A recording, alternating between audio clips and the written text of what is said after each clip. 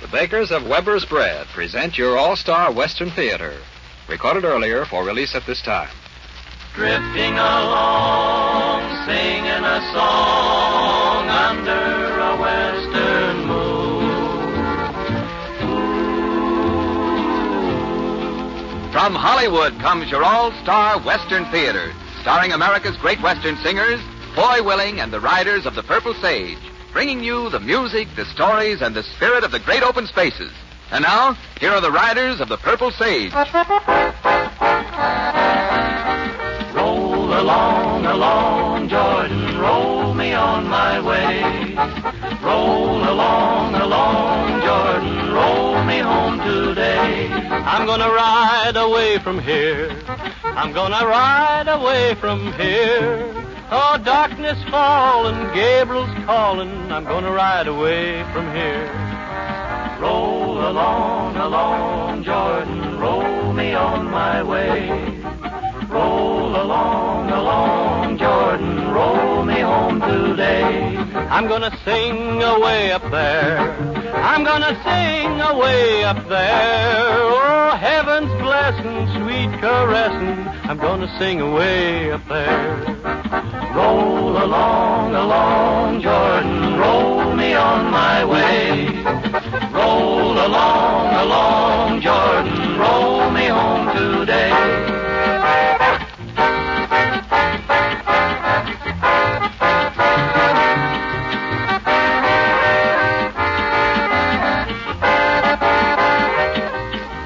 Roll along, along, Jordan, roll me on my way. Roll along, along, Jordan, roll me home today. Well, friends, hello. This is Foy Willing saying welcome to your all-star Western Theater, where the boys and I have the privilege of bringing you our Western stories and songs. And now, since we've already got things underway with a number that galloped on down the road, let's slow down to an easy trot and have a sentimental number. We got one ready for you, and it's Cowboy's Heaven. Oh, pain and I will be there. Cowboy's heaven. Tonight I'm a tired, weary cowboy. I've been in the saddle all day, searching the hills and the valleys for cattle that strayed away. Old Paint is tired and leg weary. His feet are broken and sore. But someday our work will be over, and we'll ride on that other shore.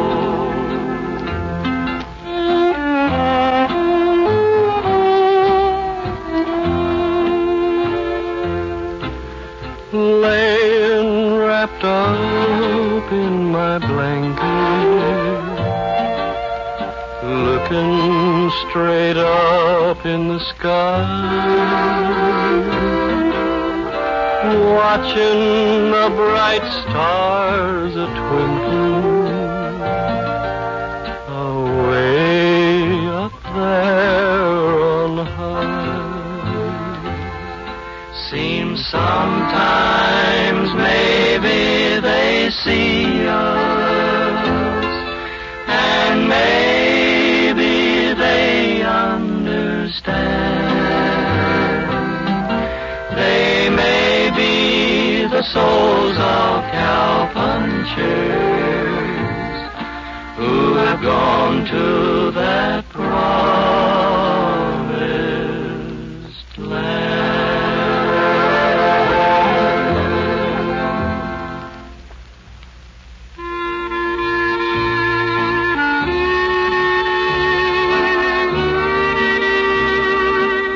Latch Strings Out meant open house and hospitality unlimited in the early West. Friends rode over from miles around to share in holiday festivities. Then, as now, half the pleasure of a fine Christmas dinner came from sharing it with friends. And speaking of Christmas dinner reminds us of turkey, with plenty of savory Weber's bread stuffing. Remember to get Weber's bread for stuffing Monday. Then open the end of the protective blue and white wrapper and let the bread dry out for a couple of days so it will be ready to use. And of course, we needn't remind you that Weber's bread is good bread.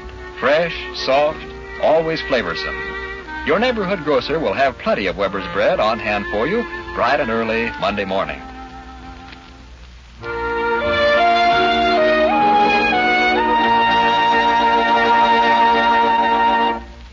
Now the Riders of the Purple Sage sing for you their arrangement of one of the greatest songs to ever come out of the West, Twilight on the Trail.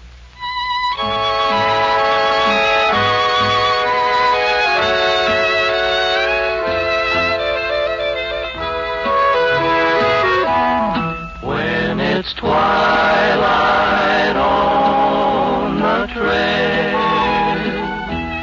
and I jog along, the world is like a dream, and the ripple of the stream is my song.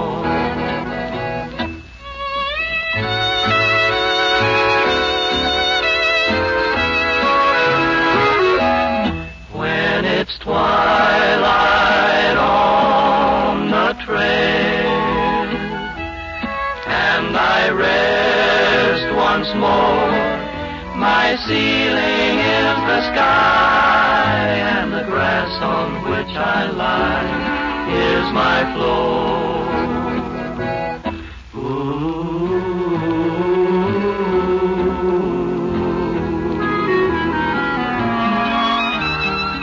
Never ever have a nickel in my jeans, never ever have a debt to pay. Still I understand what real contentment means. Guess I was born that way. When it's twilight on the trail and my voice is still, please plant this heart of mine underneath the lonesome pine on the hill.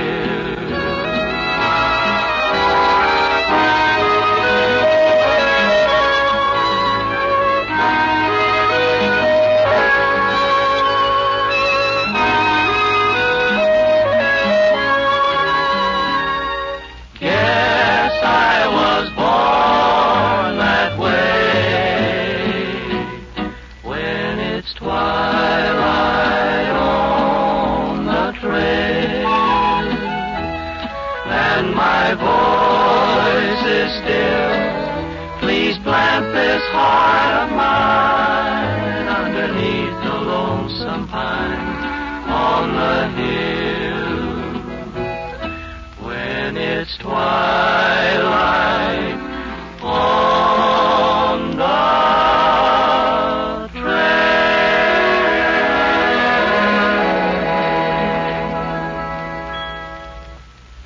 Time once again for Foy Willing and the Riders of the Purple Sage to tell another of their adventures in the West.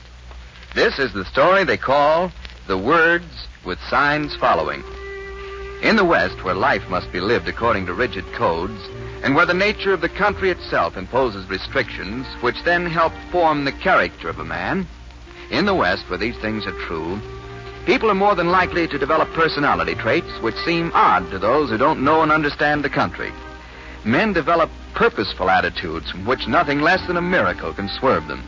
And other men develop an antagonism and self-sufficiency which isolates them from the social life of the countryside. Our story concerns a man with a purpose and another man who resists that purpose. Foy Willing, Al Sloey, Johnny Paul, and Scotty Harold are done up in their best bibs and tuckers today. They're riding along a bit more thoughtfully than usual, perhaps, but then that's understandable when you know that they're on their way to 4 Points, where there's a revival meeting. Sam Peters, the famous cowboy evangelist, an old and respected friend of theirs, is holding his tent meetings at 4 Points this week, and that's something the boys wouldn't miss. Well, I'll tell you, boys, I got a good feeling in my soul already. Have you, Foy? Yes, I have, Al. Well, I was kind of embarrassed to say so, but by gollies, I have too. Why be embarrassed about feeling religious? Oh, it ain't that I'm embarrassed about feeling religious, John. Well, it's that I kind of get embarrassed about saying I feel religious. Religion's a real personal thing, if you ask. I agree with you, Scotty. It's something you feel way down deep, and you don't talk about those way down deep feelings. Isn't that what you mean, Scotty? Yeah, I'll go along with that. For instance, I get a lot out of a good hymn, but I don't believe I could ever put into words what I get out of it. I know I couldn't.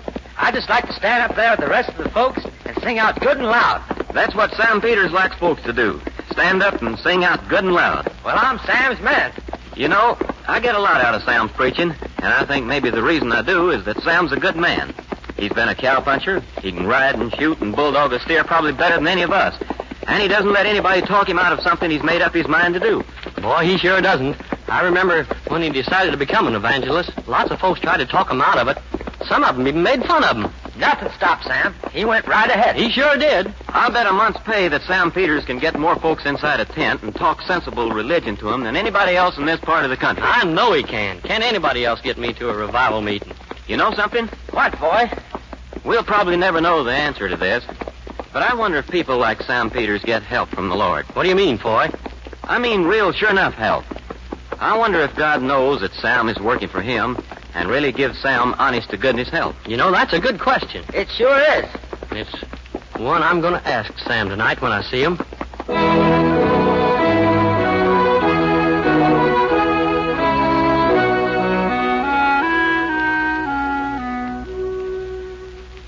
Sam, it's a pleasure to lay eyes on you again, and I really mean that. It sure is, Sam. Boy, Al, you don't know how it warms my heart to see you boys again. Where's Johnny and Scotty? They're taking care of the horses. They'll be right in. Good, I want to see them, too. Sam, you got a new tent here? I sure have, Al. I thought so. It's big enough to have a county fair in. Boys, I'm happy to say that every year the crowds get bigger and bigger. And I hope that someday I'll have to have a tent that'll make this one look like a camping outfit. Well, don't be surprised if you do. I've even got a helper now. First-class assistant. Well, what do you know? Well, doggone your time, Sam. Let me shake the hand of the man who can get me to a revival. Johnny, Paul, and Scotty. Sam, it's mighty nice to see you again. Well, it's a good thing you boys didn't disappoint me. I've been counting on seeing you when I got here to 4 Points, and if you hadn't showed up... You want us to stand up and sing out good and loud, Sam? You bet I do, Johnny. Well, you preach a good sermon, and we'll do it. Well, I don't preach sermons anymore, Johnny. What? Oh, Sam's joking. No, I'm not, Al. But, Sam, you used to preach such fine sermons. Yeah, maybe, boy, maybe not. Oh, yes, you did. What do you mean you don't preach sermons anymore? Boys, I came to the conclusion that sermons as such were words. Sermons didn't satisfy me, and I don't think they satisfied the people who came to hear me. Oh, I don't know about that, Sam. Oh, I found out, Johnny. Religion has to be a personal thing, and I can make religion personal by doing something besides preaching a sermon. I've heard men who could make religion a personal thing by preaching sermons, but I found another way that's better for me. What is it, Sam? Well, Al, I just go out there onto that platform and I tell experiences that I've had that prove to me beyond the possibility of any doubt that religion is a sound thing and that there is a God. Well, Sam, I believe you just answered the question I was going to ask you. What's that, Al? Well, Foy brought it up when we were riding in. Do you think God knows you're working for him, and does he really give you honest-to-goodness help? Al, you listen to my talk tonight, and you'll see whether or not he gives me honest-to-goodness help.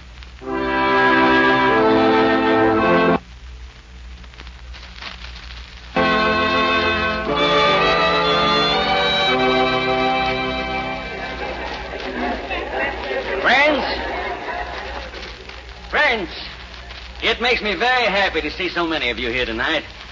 I know how far lots of you have ridden to get here and how far you have to ride to get back home. And so, with God's help, I'll try to make your efforts worthwhile and give you something to take home with you. Something that'll stay with you and sustain you. And will convince you that you can call on God for help and receive it. Now, most of you know these 4 boys sitting on the platform here with me. Foy Willing, Al Slowey, Johnny Paul, and Scotty Hale. They're good friends of most of us, good men. Just a little while ago, Al asked me a question that I'm going to answer now. He asked me if I thought God knows I'm working for him. And does God really give me honest-to-goodness help? Well, listen.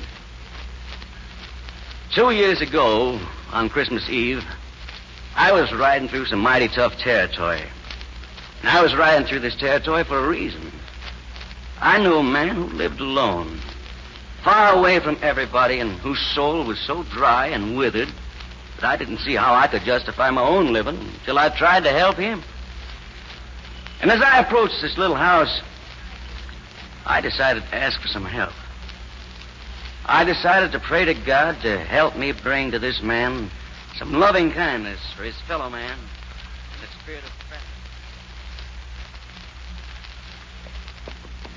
Now, God, just as well talk straight out. I'm going to tell you that this man needs help, and I'm going to try to give it to him. But I may not be able to give him enough help, and I may need some assistance from you.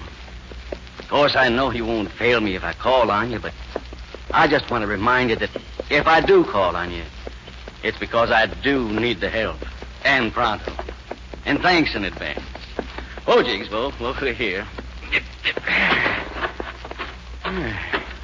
Still up, I see.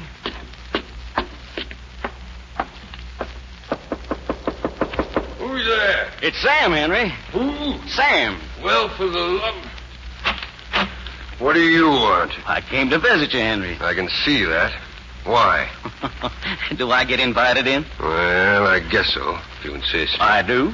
Come on in. Well, season's greetings, Henry. Don't make me laugh. I don't intend to. Now, look, Sam, you know me. You've known me for 10 years or more, ever since we punched cattle together.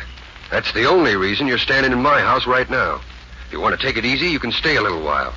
If you want to talk religion, there's the door. You haven't changed any. I can see that, Henry. You're darn right you can see it. Oh, I brought you a little present. What is...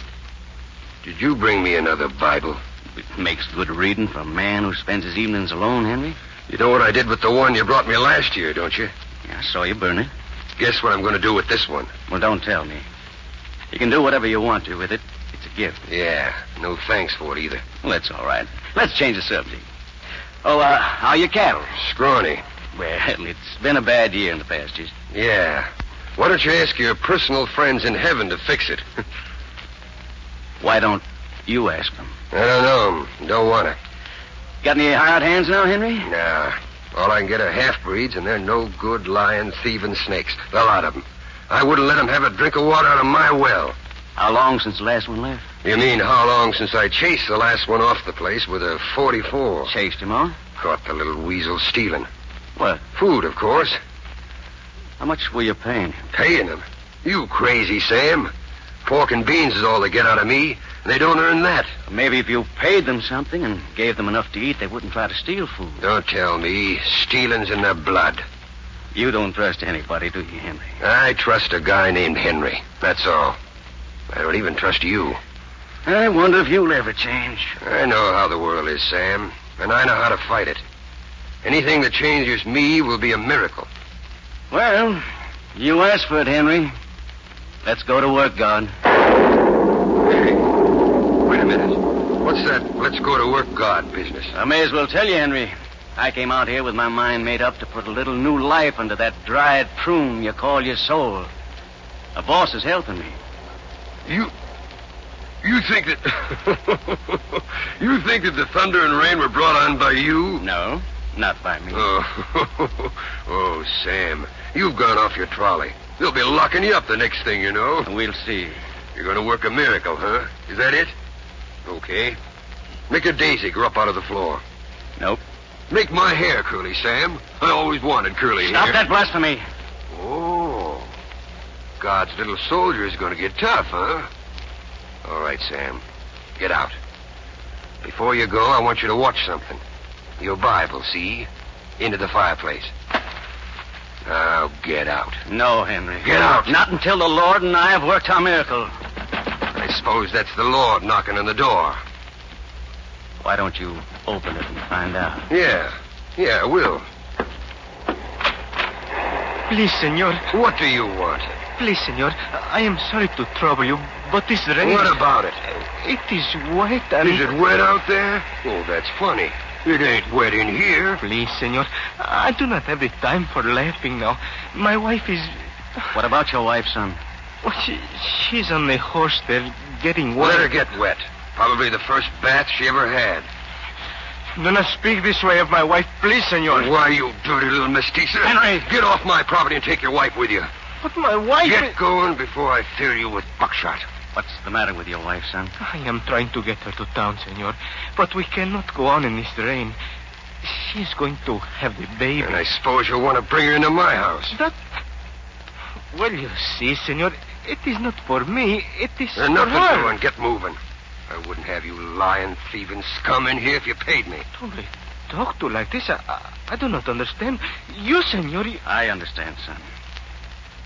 Henry, this boy and his wife need help. They don't get it from me. But they will from me. I'm taking them out to the barn.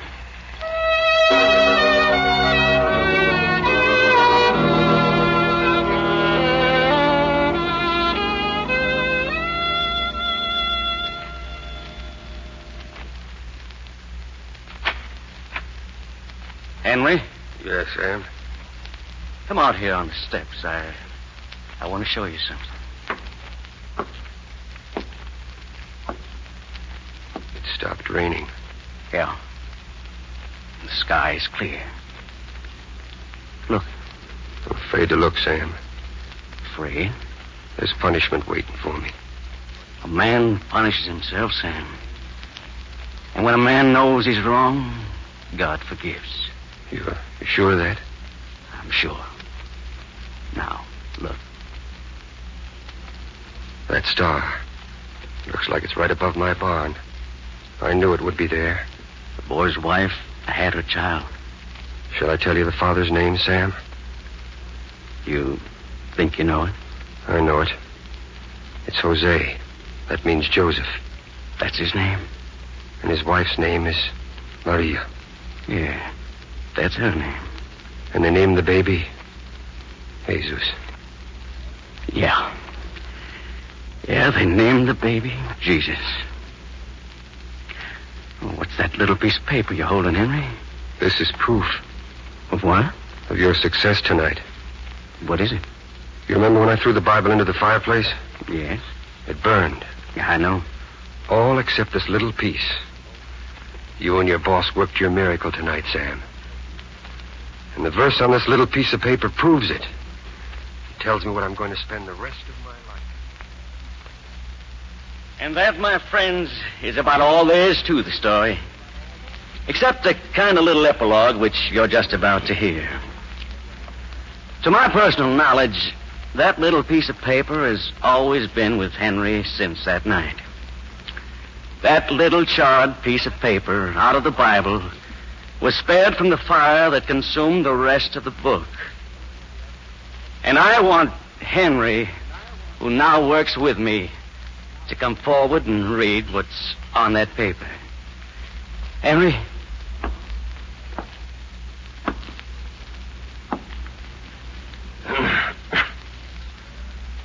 And they went forth and preached everywhere, the Lord working with them and confirming the word, with signs following. Amen.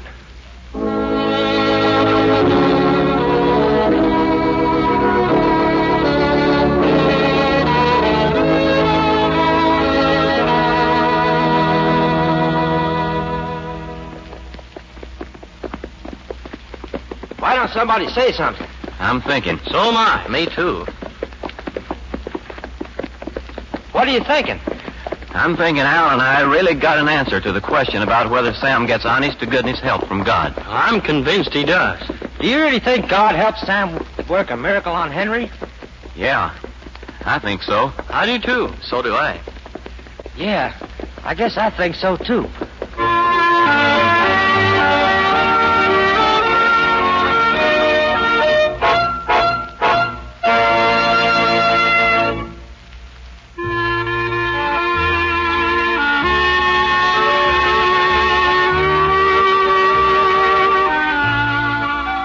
Well, the story story that Sam Peters told should remind us that the Christmas spirit isn't something that suddenly shows up on December 25th. No, the spirit of Christmas never really goes away. It's present every time you help someone, friend or stranger.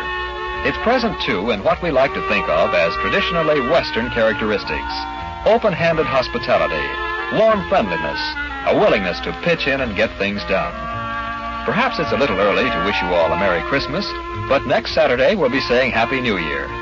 So for now, the bakers of good Weber's bread wish you a very Merry Christmas.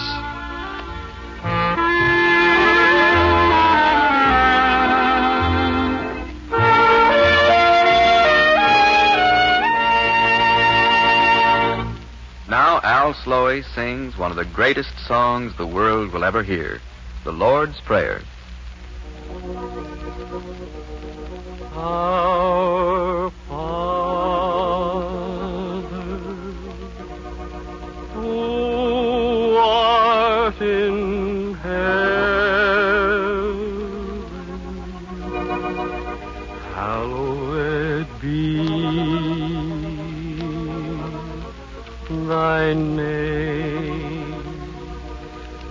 Thy kingdom come. Thy will be done on earth as it is in heaven.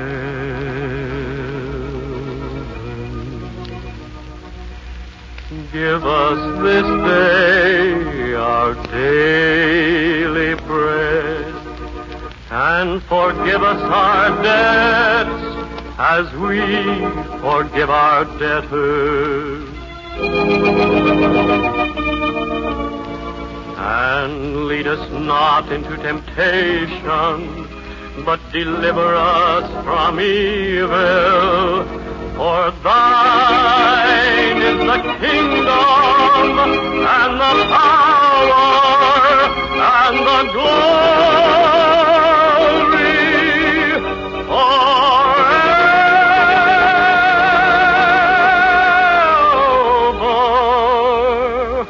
forever.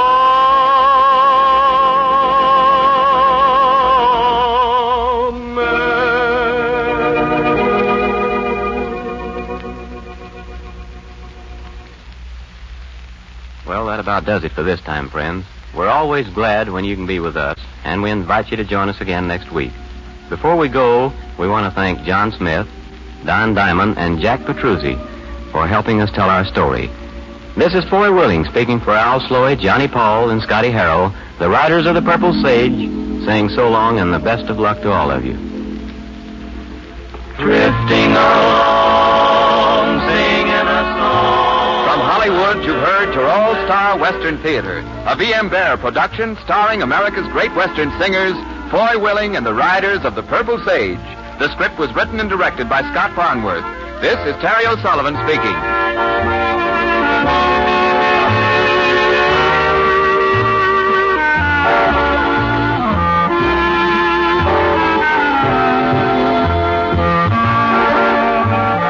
All-Star Western Theater came to you by transcription. Listen again next week and every week at this same time for your All-Star Western Theater, which came to you from Columbia Square. This is KNX in Los Angeles.